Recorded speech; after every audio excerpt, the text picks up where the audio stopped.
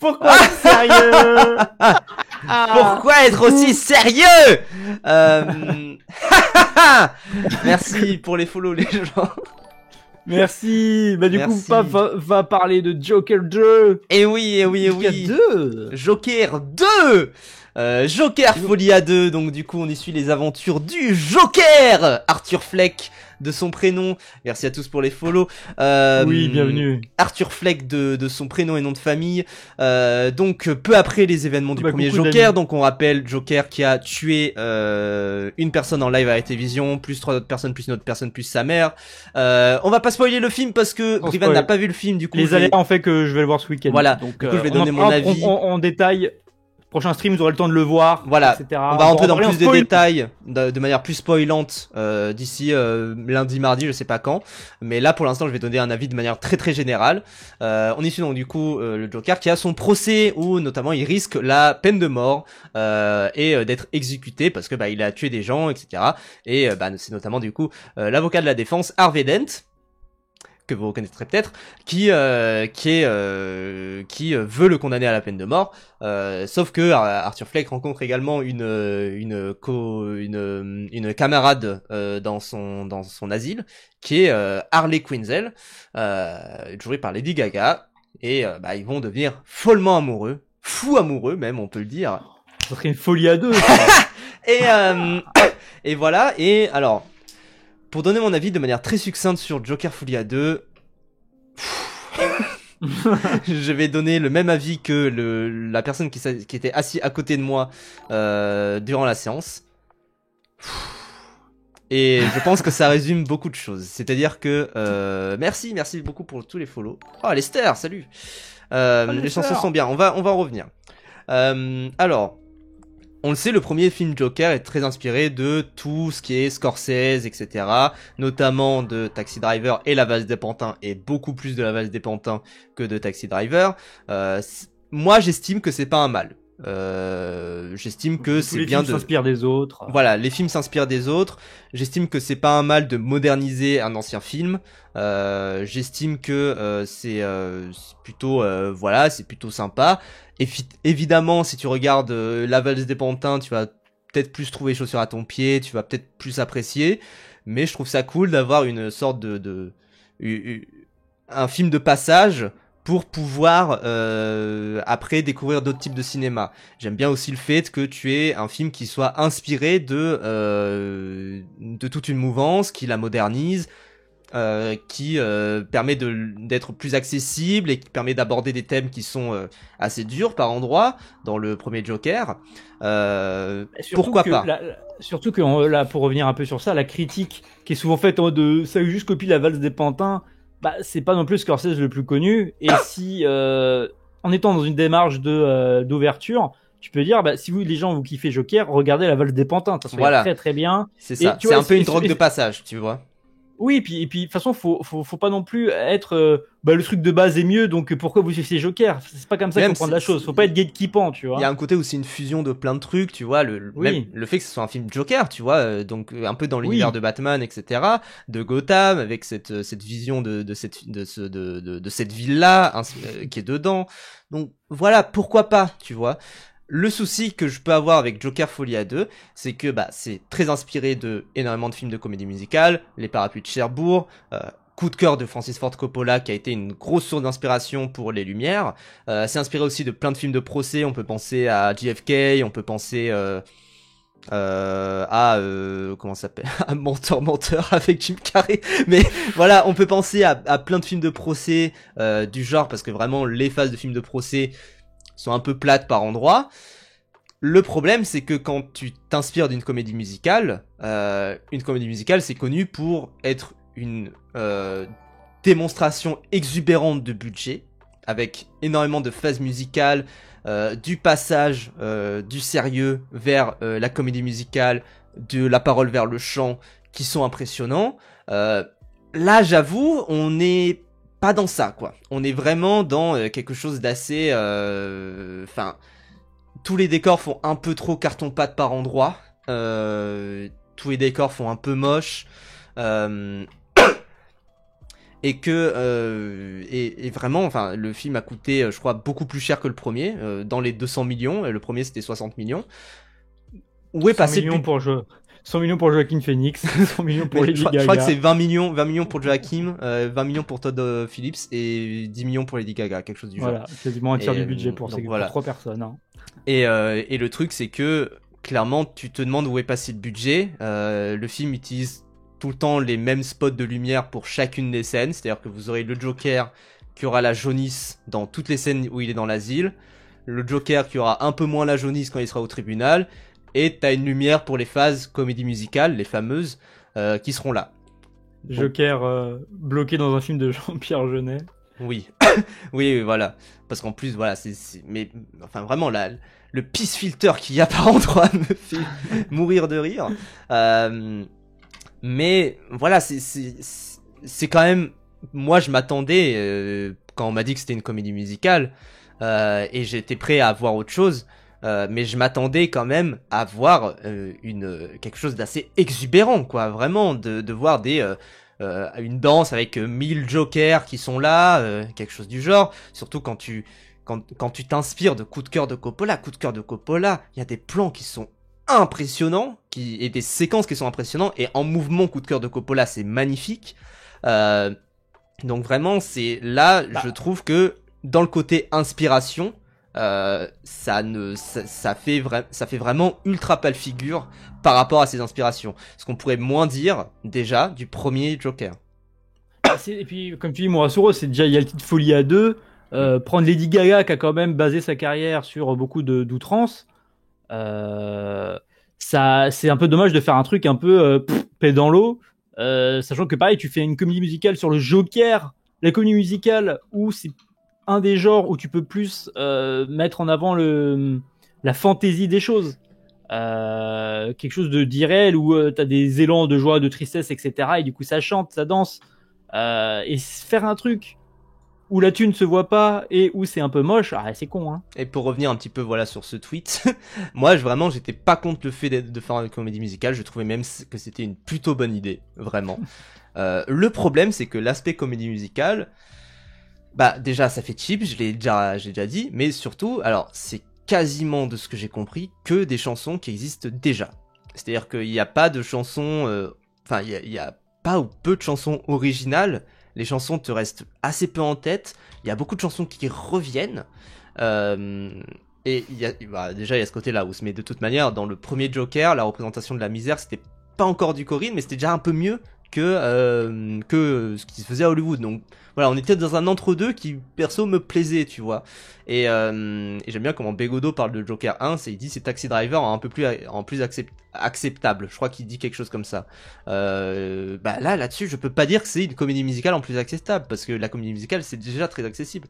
Ça a été le genre le plus vu, qui a rapporté le plus de pognon dans l'âge d'or d'Hollywood. Donc bien sûr. Et d'aucuns diraient d'aucuns diraient d'ailleurs que c'est un genre très cinématographique, parce qu'il y a ce côté quand tu te donnes à fond et que tes émotions dépassent ta pensée, c'est quand même quelque chose d'extrêmement cinématographique, tu vois. Quand t'as je sais pas, un personnage qui devient colérique et que d'un coup la lumière devient rouge sur lui, etc., c'est quand même quelque chose. C'est Spring Breakers dont c'est pas une comédie musicale, Spring Breakers. Même non, mais il y a un gros passage musical, mais non, mais c'est dans le sens utiliser une esthétique un peu glamour pour avec faire des quelque chose chanteuses d'un peu aussi, subversif. tu vois. Mais ouais, comme tu dis, genre c'est vraiment très accessible, et en plus là où tout à l'heure on disait que Joker 1 c'est pas un problème en tant que tel, que ça s'inspire un peu lourdement d'anciens films, là le problème c'est que c'est pas terrible, mais comme ça s'inspire de Jacques Demy, ou ce genre de choses qui sont quand même dans le panthéon qui sont quand même des références assez grosses, tu te dis en fait c'est juste la version de Wish, quoi. Oui, quand voilà. tu connais, après si tu connais pas, j'imagine tu peux apprécier. Il y a ce côté-là, c'est-à-dire que mettre en lumière la valse des pantins de Scorsese, c'est honorable, tu vois, parce que c'est pas son film le plus connu. Sachant que le Joker fait sa propre sauce, aussi. Mais comme tu as dit, là, la sauce ne prend pas dans celui-là, et ça s'inspire de meilleurs trucs. Voilà.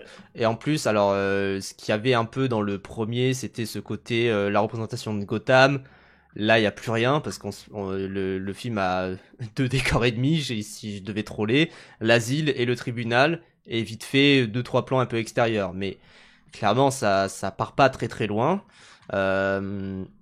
Qu'est-ce que je voulais dire d'autre après, pêle-mêle. Les acteurs jouent plutôt bien, mais Joaquin Phoenix, moi je suis pas toujours convaincu par son jeu quand il passe dans le côté le Joker. Et surtout je trouve qu'il chante très mal. En fait il y a vraiment ce contraste où t'as Lady Gaga qui chante super bien, tu vois, enfin elle devrait faire carrière là-dedans, elle a du potentiel, je pense. Voilà. Et à côté t'as Joaquin Phoenix qui marmot chante et où ça ne passe pas, quoi, clairement.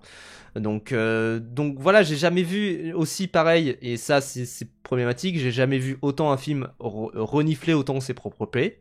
C'est-à-dire que vraiment tu as limite t'as tout le film qui passe dans le film, quoi, t'as tous les événements qui seront racontés au cas où t'aurais oublié, sait-on jamais, et t'as tout ce que t'as vu précédemment qui revient, enfin et chaque détail, quoi, chaque personnage est de retour, chaque personnage qui pourrait être de retour est de retour. Même le nain qui se fait embrasser sur le front. Même le nain, c'est ça le truc. Et j'ai pensé au gif qui passait sur Twitter. Mais je crois qu'on le voit en plus dans la bande-annonce à un moment. Mais oui, même le nain, même Zazie Beetz qui jouait sa voisine. Enfin voilà, sans trop rentrer dans les détails, ils reviennent, mais c'est pas très impactant, quoi. Et surtout, je me dis, où est-ce que le film va, quoi? Moi, c'est ça le truc qui me marque, c'est que le premier, il avait un message un peu bas du front, mais il avait son message. Qui était, ça restait un drame qui allait un peu fort, mais qui était quand même efficace. Voilà, il y a de ça. Là, je me dis, voilà, tu le vois, il y a le nain là. Il est dans le trailer, donc en plus c'est pas un spoil. Il est là. Et il a une très bonne scène d'ailleurs. Une des meilleures potentiellement. Et là, je me dis, qu'est-ce que ça veut dire, quoi? Où est-ce que le film va? Il faut jamais tirer des morales non plus d'un film, mais qu'est-ce que je tire de tout ça? J'ai l'impression que ça ne parle que de lui-même, tu vois, et que ça parle pas d'un rapport à la société qui aurait dans le film par rapport au reste. C'est il y a vraiment ce côté film pour faire un film. Est-ce que c'est pas le procès du premier film en mode on fait ce qu'on veut? En fait, il y a un côté relecture, enfin commentaire sur le premier film. Il y a ce côté-là. Et effectivement, t'as raison, Oxynorm, le film passe son temps à expliciter le propos du premier film et même à l'expliquer, à dire voilà ce que ça voulait dire dans le premier. Le film d'ailleurs passe très mal auprès des incels coréens, de ce que j'ai compris, je sais pas pourquoi. Oui, bon, après les incels, hein. Mais voilà. Parce qu'on a quelque chose à foutre de leur. Mais je comprends, parce que dedans, Joker est bisexuel, mais je n'en dirai pas plus. Et voilà, et je sais pas où le film va, et même il y a des petits messages à des endroits où je me dis oula, chelou. Quand on sait que Todd Phillips, rappelle à la base ce mec c'est le réal des Very Bad Trip, hein, donc voilà. Et il a fait ce film parce qu'il s'est dit on ne peut plus rien rire, tu vois, on peut plus rire de tout, etc. Du coup j'ai fait un film sur ça s'appelle Joker. Ça déborde un peu dans celui-là aussi, tu vois, sa pensée un peu réac, un peu conservateur, presque à ne plus aimer le personnage qu'il a fait, tu vois. Donc il y a ce côté-là, quoi. J'ai pas eu l'impression de voir une suite du Joker. J'ai vu la suite du film Joker sorti en 2019 et réalisé sur Todd. Retravaille ta phrase. mais un peu plus ok aussi, non, moi il se sérieux, mais là faut être un peu plus. Voilà, sérieux, faut être un peu plus sérieux, quoi. La fin du film, je n'en parlerai pas parce qu'on en parlera avec Brivan, je pense prochainement. Quelle catastrophe néanmoins. Okay. Et c'est énorme. Mais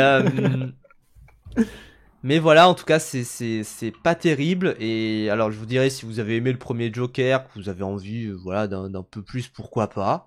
People Joker, j'ai vu des extraits, ça a l'air mieux déjà, et ça a l'air beaucoup plus sur cet aspect interprétation du Joker, tu vois, et ce qu'on en fait, etc. Ça a l'air beaucoup plus dans ce propos-là. Ça m'a l'air beaucoup mieux déjà. Mais là-dessus, j'avoue que voilà, si vous avez pas aimé déjà le premier Joker, c'est encore pire, quoi. Clairement c'est encore pire. People Joker, c'est un fan film qui est une sorte de thèse, de ce que j'ai compris, autour du Joker et autour des interprétations qu'on peut faire du personnage du Joker. Donc voilà. Bref, enfin, c'était mon avis assez succinct sur Joker. On en reparlera, on rappelle, la semaine prochaine, mardi, je pense, ou lundi, je sais pas trop. Je te redirai, mais peut-être pas mardi. Ok. Peut-être pas dispo avant mercredi. Ok, mais voilà, et du coup, on en reparlera à ce moment-là. On vous donnera notre avis plus longuement, je pense, en allant scène par scène, plus dans les détails en tout cas. On va regarder le film en même temps. Voilà. On va faire un commentaire. Mais je trouve que c'est quand même un film où il y a des choses à en dire vu l'ampleur du désastre. En tout cas, c'est vraiment pas un film que je conseille. Sauf si vous avez vraiment aimé le 1 et que de toute manière vous allez le voir. Mais en tout cas, voilà, si le film vous tente pas trop, passez votre chemin. En tout cas, c'est pas l'aspect comédie musicale qui fait que le film est gaze, comme pourraient le souligner certains. C'est juste un film gaze. C'est voilà. Et c'est pas. De toute façon, c'est comme dit Grim Kugot. Heureusement, il y a Grim qui dit les termes. Non, mais c'est vrai, c'est vrai que c'est débile, vraiment. Je savais pas que ça existait encore, les anti-comédies musicales. Ah bah clairement, et pareil, t'as des gens en mode... 24. Pareil, ça me sort d'un film, les moments où ils chantent. Imagine dans Le Seigneur des Anneaux, Saruman qui tape une danse devant Gandalf au haut de la tour, mais c'est... Alors déjà, il le fait. C'est Gandalf qui fait du breakdance quand Saruman le manipule. Non, mais surtout que c'est pas... Enfin, ces films-là ne sont pas une comédie musicale. Oui, c'est ça le truc, en fait. Imagine, ça fait ça. Non, tu vis dans l'absurde. Ferme ta gueule. Et le truc, c'est que... tout film ne peut pas forcément être une comédie musicale, mais t'as des endroits où ça peut être adapté pour en faire une comédie musicale, quoi. Clairement. Où ça peut marcher. Enfin, Les Misérables, tu vois, Les Misérables, tu te dis, waouh, c'est un truc vraiment profond, etc. Bah, la version de Broadway marche super bien, la version en France marche super bien. Les Indiens font beaucoup ça. Enfin, voilà. Et t'as aussi ce truc-là. Ce commentaire-là, c'est juste le principe de passer d'un thriller dramatique avec un personnage de comics à une comédie musicale en second volet, ça fait tout casser, c'est inattendu. Bah évidemment, tu vois, c'est inattendu, enfin c'est inattendu, c'est inespéré, moi-même j'ai envie plus de dire. En fait, tu vois, moi, ce genre d'argument, ça me trigger immensément. Je suis en mode, non, je veux la même chose que ce que je voulais que dans le premier, que ce que je veux pas de risque. Tu vois, c'est vraiment en mode, ah putain, une prise de risque, c'est dommage. Bon, bah là, c'est mauvais, mais est-ce que c'est mauvais parce que c'est une prise de risque ou parce que c'est un mauvais film? Bah, parce que c'est un mauvais film. Alors, t'es bonne une minute, toi, Argolido. Comment toi, qu'est-ce qu'il a dit? Il a dit La La Land, c'est peut-être le pire film de ces 20 dernières années. Dose. Oui, bon, approuveur. Faut pas avoir vu, en plus, les clowns de La La Land type Dear Evan Hansen, je crois, c'est ça, qui sont 50 fois pires. Enfin, faut doser, tu vois. Je veux bien être ouvert. C'est ça, vraiment, c'est vraiment ça. Mais les comédies, c'est nul à chier. Imagine, il y a des blagues dans les listes de Schindler. Voilà, c'est ça, évidemment. Pas une comédie. Évidemment, mais pareil. Enfin, on parlait précédemment de La Vie est belle. La Vie est belle. En fait, il a changé tout pour en faire une comédie. Tu peux pas juste dire, imagine il y a une chanson à ce moment-là. Bah oui, ça casserait le truc parce qu'un film, ça a une direction et ça a sa ligne, quoi, sur laquelle ça se pose. Donc, bah, voilà. Tu vois, Jacques Atlas, les comédies musicales, c'est gaze. En vrai, c'est débile. Enfin, je veux dire, c'est pas. Déjà, il y a forcément des comédies musicales qui vont te plaire, en fait. Oui. Ou alors, comme dire les films d'horreur c'est gaze, les films d'action c'est gaze. Voilà. Enfin, il y en a forcément un qui va te plaire. C'est pas le fait, c'est juste que c'est pas ton délire, mais il y a forcément des trucs qui te parleront. Tu peux dire, moi, de manière générale, parce que tu sais, on parlait que c'est des choses qui sont immensément populaires. C'est les films c'est gaze. C'est par exemple les Disney. Ouais. Dans ce cas-là, tous ceux qui ont grandi avec Disney, bah spoiler, c'est des comédies musicales. Hein. Bien sûr. Après, donc, tu peux, je sais pas, tu peux avoir une posture de dire, moi, j'aime pas les gros blockbusters. Bon, d'accord, pourquoi pas. Oui. Mais même ça, t'auras forcément peut-être un où tu vas dire, tiens, il y a un truc à toucher là-dedans, quoi. Parce que. Oui, j'aime pas les films avec du budget. C'est un peu absurde comme raisonnement. Mais pour revenir à cette critique-là, moi, je trouve il y a un côté, enfin. Un thriller dramatique avec un personnage de comics, c'est déjà quel personnage de comics on parle? On parle du Joker, qui est un clown. Évidemment qu'il peut chanter et danser. C'est normal. En fait, c'est que ça dépend. T'as des Jokers réalistes, t'as des Jokers pas réalistes. Voilà, c'est ça. Dans un long Halloween, dans le comics, qui est un truc en plus réaliste, etc. Le Joker, il est en avion, il a une tête de clown bizarre et il envoie des bombes et il est même secondaire dans l'intrigue. Et pourtant, t'as... Après, je connais pas trop. Je crois que dans Killing Joke, il est réaliste. Ouais, il est assez terre à terre, quoi. Même The Dark Knight, il est assez terre à terre, tu vois. Même si, en fait, à chaque fois, les gens citent le Joker de The Dark Knight, mais c'est un fantôme un peu bizarre dans The Dark Knight aussi. Il a ses côtés un peu surréalistes où il prévoit tout, etc. C'est voilà, et là-dedans, dans le Joker de Todd Phillips, il se veut un peu plus réaliste, mais justement, les phases de comédie musicale, d'ailleurs, comment elles sont rythmées, c'est vraiment cut, comédie musicale, cut, retour à la réalité. Parfois, c'est vraiment... t'as pas tu sais, ce passage de l'un vers l'autre qui peut être assez impressionnant. Et comme tu dis, Murasuro, c'est un personnage surréaliste dans un univers ultra réaliste. C'est là la force de la chose, c'est que Batman, il est trop ancré dans le réel, et Joker, là-dessus, il va apporter de la fantaisie, tu vois. Batman est trop sérieux. Trop sérieux. Et c'est justement, d'ailleurs, tu peux avoir une critique sur Joker de dire quel sens ça a de faire du Joker sans Batman, tu vois. Bien évidemment. Il y en a déjà eu surtout en vrai. Bah voilà, bien sûr. Mais, il y a déjà les comics sur le Joker, donc bon, c'est peu... Voilà, mais... Non, l'inverse. Quel sens de mettre le Joker sans Batman? Ah oui. Voilà, tu peux apporter cette critique-là, que déjà je comprendrais un peu plus, et de dire... D'accord. Il y a une différence et un rapprochement entre les deux. Salut Jérémy, qui est si important qu'il faut vraiment le traiter. Il n'y a pas Bruce Wayne dans Joker 2, c'est peut-être pour ça que c'est pas bien. C'est que dans Joker 1, il y avait quand même un petit rapport avec Bruce Wayne qui était... la famille. La famille Wayne, plus précisément, qui était assez solide, tu vois. Et là, dans le 2, il est absent, totalement. Vraiment, j'essaie d'y penser, je crois que ça ne mentionne même pas le nom Wayne. Donc voilà, c'est assez décevant, quoi. Alors qu'il y a Harvey Dent, donc en plus, ça patauge un peu dans son univers. Il y a Harley Quinn, évidemment. Enfin, c'est... Voilà, mais bref. Putain, mais c'est ouf quand même comment Grimm, il attire tous les... Oui. les pires, et comme je sais pas qui le disait, je sais plus qui le disait, qu'il était voilà, Oculos qui disait, n'empêche Grimm, il est solide sur ses positions sur le cinéma sur Twitter. Ouais, il est assez solide, hein, franchement. Bah, de toute façon, Grimm, c'est un cinéphile, je veux dire, il kiffe le cinéma, donc il en regarde, du coup, voilà. Quoi, c'est tout. Regarde-moi ça. Le problème avec les comédies musicales, c'est que quand c'est pas très très bien réalisé, c'est tout de suite cringe. Du coup, c'est rare les films mid en comédie musicale. C'est des chefs-d'œuvre, soit des films très mauvais, et il répond juste en remplaçant comédie musicale par film d'horreur. Bah oui, je suis d'accord. Non, mais c'est absurde. En fait, c'est comme tout. C'est se plaindre d'un genre, c'est absurde. Parce que, enfin, ou même d'un médium. Enfin, je veux dire, comédie musicale, tu peux avoir des trucs qui parlent d'amour, des trucs vénères, des trucs, enfin, qui soient, genre, il y a un film des frères Larieux qui s'appelle Tralala. C'est pas pareil que Chantons sous la pluie. Et il mentionne aussi Dancer in the Dark, qui, tu vois, est une comédie musicale, radicalement. Mais c'est pas le même type de comédie musicale, quoi. Et du coup, ces trois films-là, tu dis, ah non, c'est de la comédie musicale, j'aime pas. Bah non, en fait, c'est trois films différents. Oui, c'est ça, il y a des... C'est pour ça. Et il y a tout à l'heure Jack Atlas qui disait, oui, il y en a forcément que je vais aimer, juste la majorité, ça me parle pas. Bah, c'est tout de suite différent que de dire, oh, les comédies musicales, non.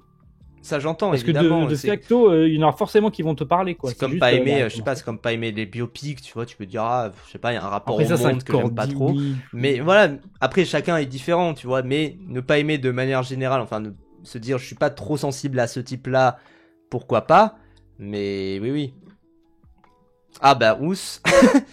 Mais voilà, l'avis de Sheshune, moi je suis curieux de l'avis de Sheshune, grand expert en cinéma. Je trouve que les comédies musicales dénaturent la tragédie et les nuances dramatiques. Je veux être spectateur d'une situation, pas d'un spectacle, mais tu es spectateur d'un spectacle. Tu es spectateur d'un film, hein. C'est tout le temps un film. En fait, un film c'est toujours un spectacle. Genre ça, je comprends pas en vrai. Bah en plus voilà, Grimm qui lui cite Dancer in the Dark et Annette. Bah oui, voilà. Qui sont quand même deux films, c'est des comédies musicales, mais... T'as ce côté où en fait le truc est tellement tout le temps un spectacle. En fait moi j'avoue je comprends, tu sais qu'on est des griefs avec certains codes de la comédie musicale. C'est de dire moi j'aime pas quand les persos se mettent à parler puis à chanter dans la même scène, etc. Moi j'aime bien quand il y a une rupture, ou alors dire l'inverse. Moi j'aime pas quand il y a une rupture, et j'aime bien quand c'est les émotions qui nous dépassent et que ça devient une comédie musicale. Ça peut s'entendre, tu vois, il y a un rapport à la chose qui est pourquoi pas, tu vois, qui est ok, enfin qui est défendable, de se dire moi je suis pas fan de ce style-là, je suis moins sensible, etc. Mais après dire je n'aime pas les comédies musicales de manière générale, enfin comme il dit, tu vois, Annette c'est un film où t'as merci Ambre et Pixel, merci à tous ceux qui ont follow, qui viennent de chez IS, merci beaucoup, j'espère que vous avez pensé à mon live. Mais qu'est-ce que je voulais dire, il cite Annette, c'est un film qui est tout le temps dans un spectacle constant fantastique. Oui, tu vois. Non, et puis surtout, c'est Argoldo qui dit que justement c'est trop tragique une comédie musicale. Oui, en plus, c'est que c'est justement, ça parle que de ça, genre les parapluies de Cherbourg où il n'y a pas une seule ligne parlée. C'est triste tout le temps. Et c'est pas du grand spectacle en plus. Bien sûr. Donc, et comme t'es constamment là-dedans, t'es en mode, est-ce que ça dénature ou pas? Moi, j'aime pas les parapluies de Cherbourg, mais en tout cas, la proposition est là, quoi. Oui, bien sûr. C'est ça ça reste quand même un film qui est triste. Bah, Dancer in the Dark, c'est pour moi le film le plus déprimant que j'ai jamais vu. Hein. Et c'est une comédie musicale. Et il y a plein de comédies musicales très, très marrantes. Enfin, voilà, Jérémy, ouais, toute chose, là c'est autre chose déjà ce que tu dis, mais c'est vrai. Après moi, si le spectacle est bon, moi je vais pas me plaindre, mais oui, c'est déjà autre chose.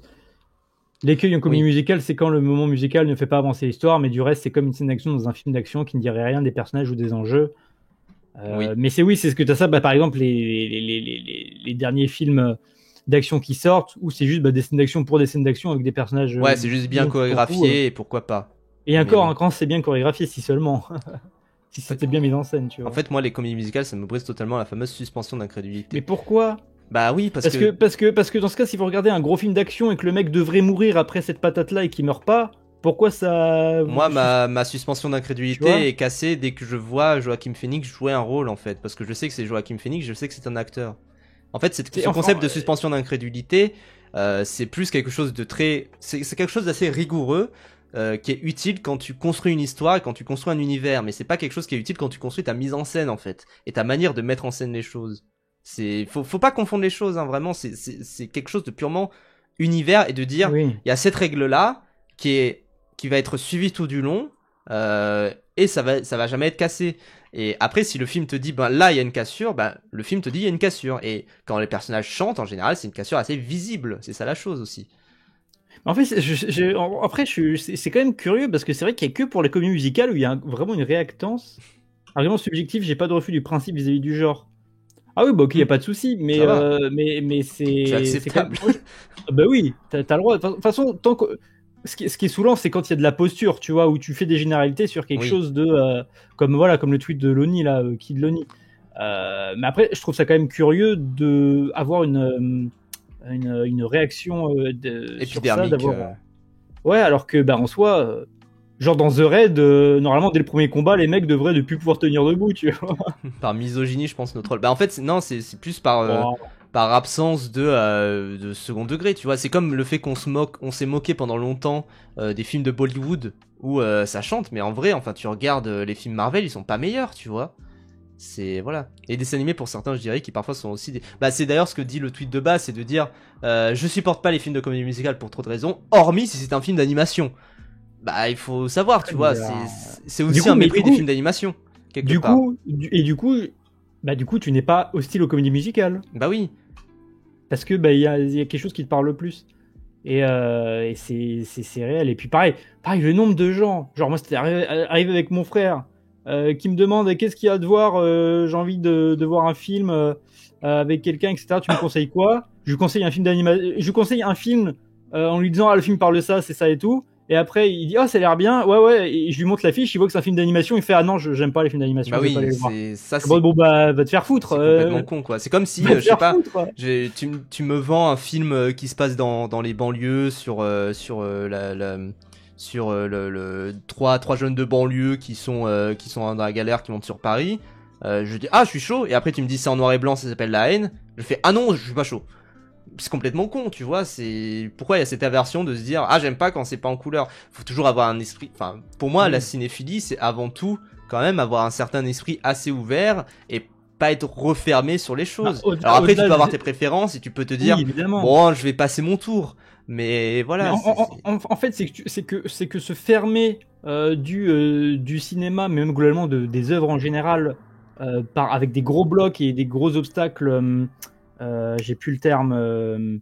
Genre, tu te poses un blocage comme ça, quoi. J'ai plus le terme, ça m'énerve. C'est débile. Genre, tu vas forcément être ouvert à quelque chose. Et ça, c'est juste de l'éducation à l'image. Mais genre, un film noir et blanc, tu ne peux pas être anti-noir et blanc, parce que si t'as vu juste, je sais pas, genre la liste de Schindler, ça veut dire que tu peux t'émouvoir d'images en nuances de gris. Oui. Donc c'est toujours assez assez relou comme argument parmi des gens qui d'un coup s'improvisent grand commentateur du médium, tu vois. Quel Pour moi, plaisir c'est même pas une question de cinéphilie, c'est vraiment de l'éducation à Oui, l'image. quel plaisir de découvrir qu'on aime un film alors qu'il coche toutes les cases des préjugés. Bah Bah oui, bien oui. sûr, c'est voilà. Et c'était tac tac tac Terrano qui disait je pense que le problème est que la personne moyenne voit peu de comédie musicale, il suffit d'une mauvaise expérience pour qu'on réduise le genre à cette mauvaise expérience en cherchant dans cette spécificité le problème qu'on a eu, ce qui n'est pas forcément ce qui nous a vraiment gêné. Bah oui, il y a de ça. Et en plus, il n'y a pas énormément de production de comédie musicale. Donc voilà. Après, j'ai envie de te dire, l'argument Disney, quoi. Oui. Genre, tout le monde a grandi et a kiffé les Disney en général. Donc, Après, You're So Cool qui dit il faut aussi reconnaître que beaucoup de comédies musicales jouent sur le même type de musique, peu de comédies musicales à rap ou rock et beaucoup de variétés Broadway, donc faut aimer. Bah, en fait, les comédies musicales grand public, oui, il y a peut-être ce côté-là où c'est assez lyrique. Notamment, c'est Lin-Manuel Miranda qui bosse beaucoup pour Disney, où tu reconnais instantanément son style, quoi. Vraiment, et bah du coup, si ce style tu ne l'aimes pas trop, pour X ou Y raison, bah tu peux sortir de la chose, quoi. Pourquoi pas. Mais oui. Jacques Atlas qui dit j'essaye de comprendre mon version pour le comédie musicale, mais j'ai l'impression que c'est pas mal lié à un héritage culturel et social, un rapport à la fiction. Oui, après voilà, c'est aussi ça, c'est de pas être fermé catégorique et après de se questionner là-dessus, hein, évidemment. Mais voilà, c'est le terme que je cherchais tout à l'heure, c'est pas de poser des obstacles arbitraires. C'est que arbitrairement, c'est vraiment ah non, comédie musicale, je sais pas, c'est comme moi avant, c'était pas que j'étais bloqué, mais je me disais non, le cinéma d'horreur c'est pas pour moi. Et depuis que j'ai regardé un truc, comme a dit Jérémy, qui coche toutes les cases de quelque chose qui ne devrait pas être pour moi et que j'ai kiffé, c'est-à-dire Frisson de Frayeur de Lucio Fulci, je suis en mode wow, des films pas mal gore, très série B bizarre, en fait ça peut me plaire. Et donc là ça m'a débloqué tout un éventail de nouveaux cinémas et c'est cool quoi. Jacques Atlas, ça me fait rire, qui dit, enfin lui cite THS dit comme dit Musical Rock par exemple. Par exemple, ce film je l'ai adoré mais j'ai du mal à le voir comme une comédie musicale. Bah après, si pour toi, ce qui est considéré comme une comédie musicale de manière générale n'est pas d'une comédie musicale, oui, tu peux détester toutes les comédies musicales si ça rentre pas dans ce cadre-là. C'est possible aussi. C'est comme dire Hollande il est pas de gauche et du coup tous ceux à gauche sont basés. Bah oui, non, oui. voilà. Mais c'est vrai que ça vient beaucoup aussi. Ça c'est en mode ah non mais ça c'est pas de la comédie musicale ou ça c'est pas machin. Ça c'est différent, tu vois. J'ai un timer. Ça c'est à part. Mais oui, c'est quand même cool de remettre en cause les choses et puis d'être curieux. Après, voilà, c'est pas grave, Hein. Mais voilà, il y a ce côté. Enfin, si vous regardez que des mauvaises comédies musicales, ou alors des comédies musicales qui sont tous dans un même style. Et qui sont tous dans le même même l'âge d'or d'Hollywood, hein. Tu vois, ouais, voilà, l'âge d'or d'Hollywood. Oui, bah vous allez peut-être un peu plus vous ennuyer, mais essayez de voir d'autres types de comédies musicales. Après, Joker, faut que je boive de l'eau, j'ai la voix asséchée. Le Joker s'appuie vraiment sur ce côté âge d'or d'Hollywood, avec des moments un petit peu plus marmonnés qui peuvent pas plaire forcément. Enfin, c'est voilà. Mais ouais, c'est un combat à mener. Mais ouais. J'ai toujours l'impression que ça casse le rythme du récit. Je passe du mauvais moment à devoir attendre qu'il termine de sauter partout et chanter, ça me rend dingue. Bah, profite du spectacle, je sais pas. C'est comme, je sais pas, de dire j'aime pas les films d'action parce que j'aime pas quand ça se tire dessus ou que ça se tape. Oui, mais bon, en fait, c'est comme il dit, au bout d'un moment, faut engager avec l'œuvre. Tu regardes une comédie musicale, bah, c'est le principe en fait. Oui, genre, et ça veut pas dire qu'il y a pas des films qui, comme disait Argolido, en tout cas dans les Disney récents, les chansons, c'est juste pour expliciter quelque chose qu'on sait déjà ou ellipser des parties intéressantes et enlever de la nuance. Encanto, je suis d'accord, c'est pas un film terrible. Vaiana, je vais pas en parler. Elle préfère notre speak. Mais par exemple, Mulan, bah, ça va justement approfondir thématiquement, mais surtout en termes d'émotion et de parcours de personnage. Par exemple, Comme un homme, musique qui m'a accompagné devant toute. Qui m'accompagne encore aujourd'hui, qui est une musique où j'ai beaucoup de nostalgie, mais qui est une musique que je trouve qui est quand même une bonne musique. Parce qu'il va tabasser des Mongols tous les jours. Il va tabasser tous les Mongols qui restent encore. Ouais. Et voilà, ça marche bien. Pareil, moi j'ai revu récemment et je trouve c'est quand même. Après, c'est peut-être un débat, mais je trouve que c'est quand même un excellent film pour Pocahontas. Les chansons qui permettent de rapprocher deux peuples qui, à travers de la fiction, vont pas faire ce que feront leur suite, c'est-à-dire génocider les Indiens, tu vois. Mm. Et d'utiliser la musique comme rapprochement entre deux personnes, mais dont l'histoire n'a pas existé, quoi. The Batman 2, ça va être une pièce de théâtre, peut-être, on sait pas. Bah oui, ça serait stylé, hein. En vrai, un opéra Batman, un truc. Pourquoi pas, tu vois, ça collerait bien. T'as le cas de Emilia Pérez où ce trou du cul de Audiard, attention, raccourcit des scènes musicales qui sont excellentes pour que ça dure moins longtemps. Vraiment, quelle merde ce gars. Bah voilà, tu peux ne pas aimer. Enfin, c'est voilà. Mais en fait, le truc, c'est voilà, tu peux pas juste dire les comédies musicales qui est un genre où, encore une fois, t'en as eu quoi des films. C'est comme le western. T'as eu énormément de western, énormément de comédies musicales. Oui, j'aime pas le western, c'est absurde. Ah voilà, c'est ça. J'aime pas le western parce que j'aime pas les cowboys. Bon bah, qu'est-ce que tu veux dire face à ça? Et puis oui, pareil, Cat for Pen qui dit oui, bon par contre Cat c'était vraiment pourri de chez pourri. Oui, et puis de toute façon faut pas prendre, c'est comme disait Argolido tout à l'heure, parler qu'avec les genres et en caser des films là-dedans, ça fait dire un peu des bêtises.